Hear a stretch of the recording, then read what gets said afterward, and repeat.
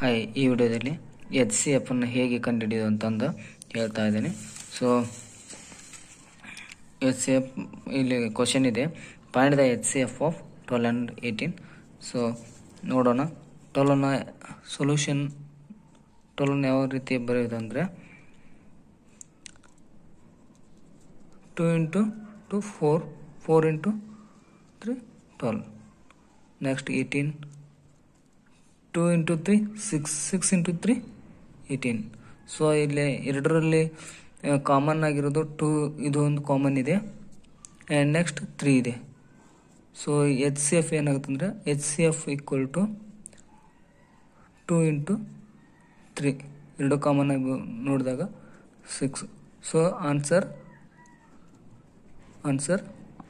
6 ಆಗುತ್ತೆ. ಸೊ ಇದು 12 and 18 H C F. So thank you.